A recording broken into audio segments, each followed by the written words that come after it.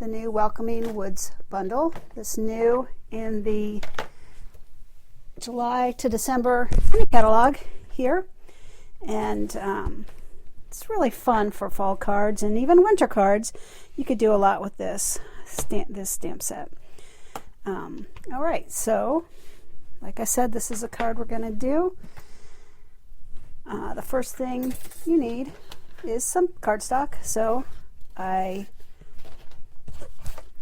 took a piece of 8.5 by 11 and cut it in half, so it's 5.5 by 8.5. Scored it down the middle, and I'll go ahead and fold this over, and this gives us our card base. And take my bone folder and get the card base ready. So there that is. Then the next thing I did was I went ahead and cut this out already. I'll cut some stuff out later on in this video, but I'm just going to cut this one out now to start with. And I used this die for that. Hi, Deb. And this die is found in this die set, which is really got some beautiful dies in it. And it's called Ornate Layers. And you can see here's another one. It's really got some gorgeous Ornate Layers dies, gorgeous dies in there. All right, so we're going to go ahead, and I used the Stamparatus to stamp this with. It's a little bit larger of a stamp set, and I find that I prefer to work with the Stamparatus with these larger stamp sets because you get a second chance with it. So I went ahead, I've already put the stamp on there, and then I'm just going to line up my paper with where I positioned it, and so it looks right about there. And I'm going to pull it up just a tad. There, that looks good. And then I'm going to take this magnet, pull my paper down, and line it up a little bit better. And I'm going to go ahead and ink up that stamp set with crumb cake. So what's really good about using the Stamparatus for this, like I said, is you get 2 passes. And that's nice if you mess up the first time. All right, so you just ink it up, then you press it down, and then you open it up and look at it and see, look, I did mess up, so it's really good. I get a second chance. I'm just going to re-ink that stamp set and take a second pass.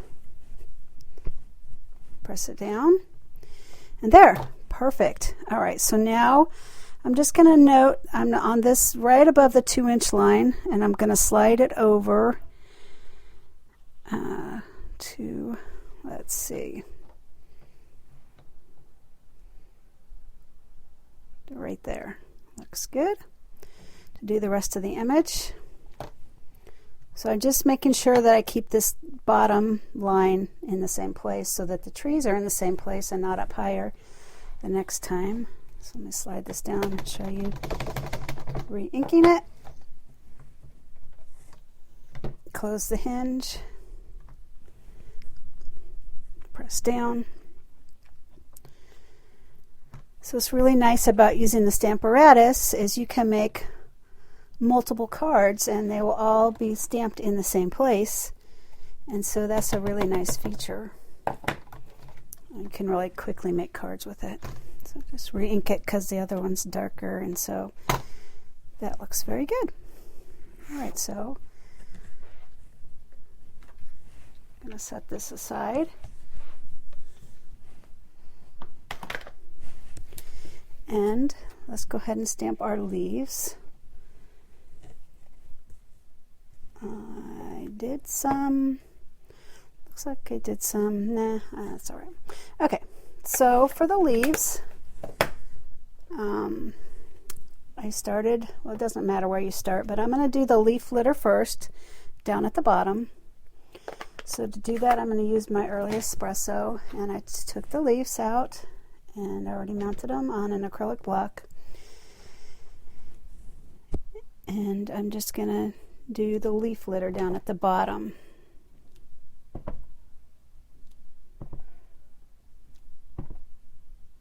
So that looks good. I'm going to clean this off.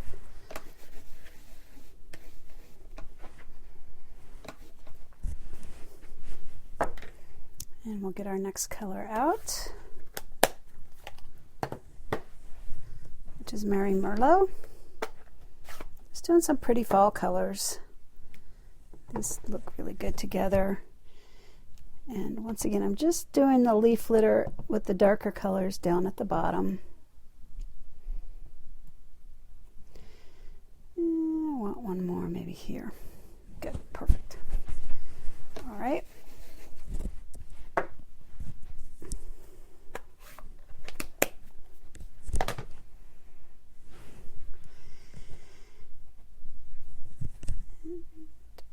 I'm going to do cinnamon cider next. Now this one, let me clean this a little bit better.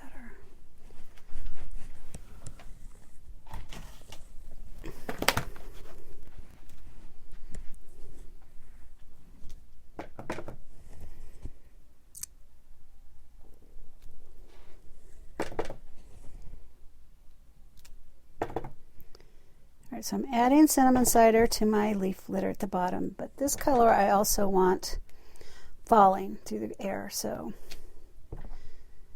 let me just do that. And I'm just going to move it around so it's not all in the same place. Maybe rotate the leaf set a little. So I only did 2 colors in my falling leaves because otherwise it would be too busy in the air. And I want it to look like a lot of leaves have fallen on the ground.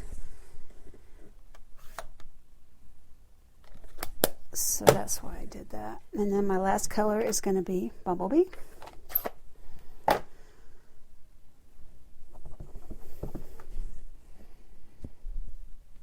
add the Bumblebee to the leaf litter at the bottom.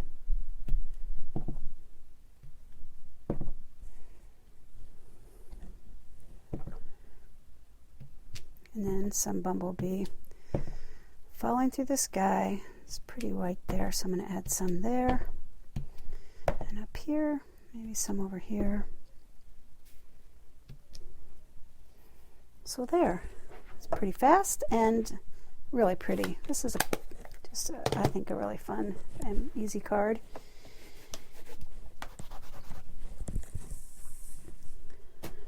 Okay, so now I am ready to assemble. I went ahead and already stamped this tag, or punched that tag out, and that comes from this new tailor-made tag dies, which I really like.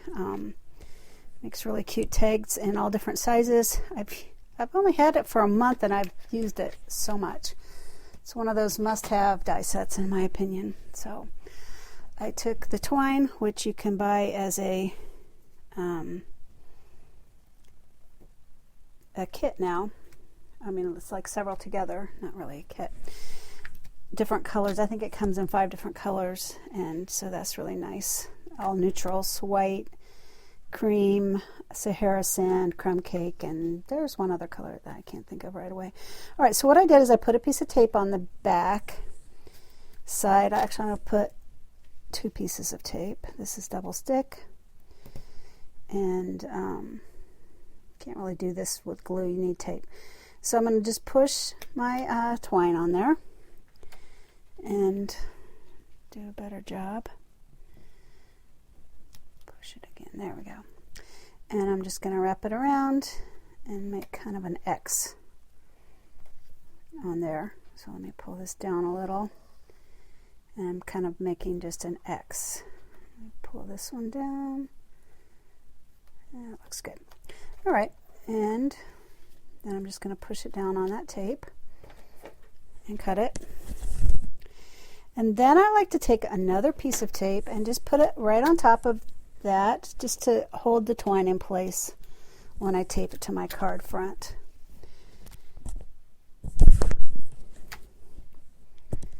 Got too much stuff flopping around here. There we go. Out of the way.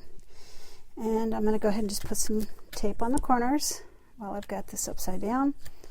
And also it's nice and sticky, so I want to put it on my card and not somewhere that it shouldn't go, which is easy to do. All right, so here's that base that I told you about earlier. And I'm just hovering it before I push it down, and there it is in place. And let me stamp this. I used Happy Birthday, which was one of the words in Welcoming Woods.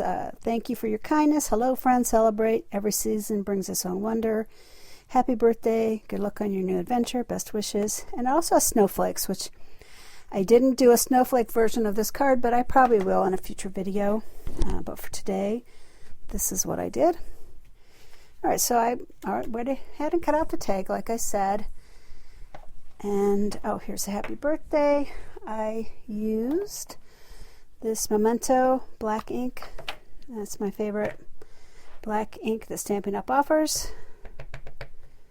Actually, I think they only offer one other, but I like this one the best. And I just want to make sure I stamp it over far enough that I can get that little thing on. I don't even know what you call that, but it really makes it look like a tag. So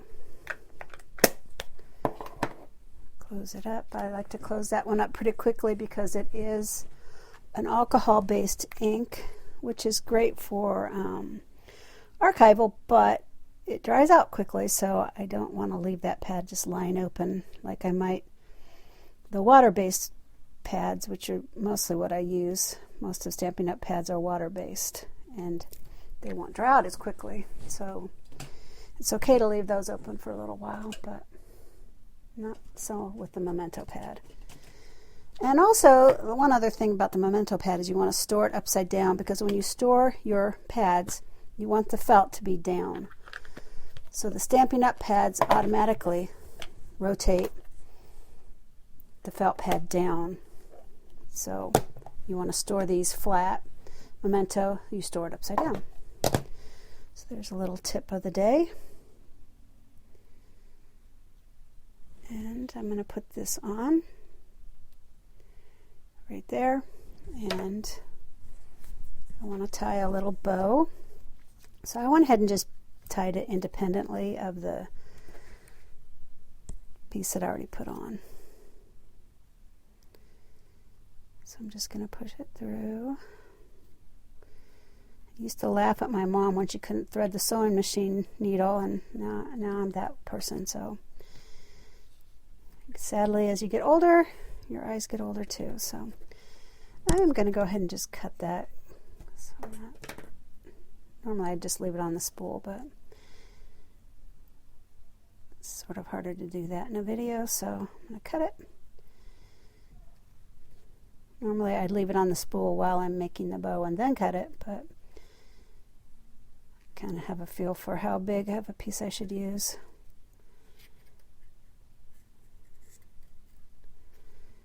And that looks pretty good. And then you can just, the thing about making bows is, it might not look good at first, but if you just tweak it a little, you can get it to looking pretty decent usually. If not, you can always start over. This one's got a little flip, so we'll just go. They both have a little flip. We'll flip them both then. All right, the other thing I did was I took a dimensional, which I'm about out of dimensionals on this sheet, so I'm just going to cut these. That's how you use up the last little bits. You don't have to throw it away.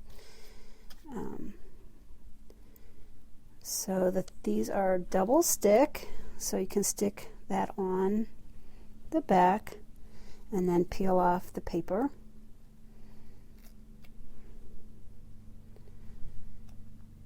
And it's just that easy.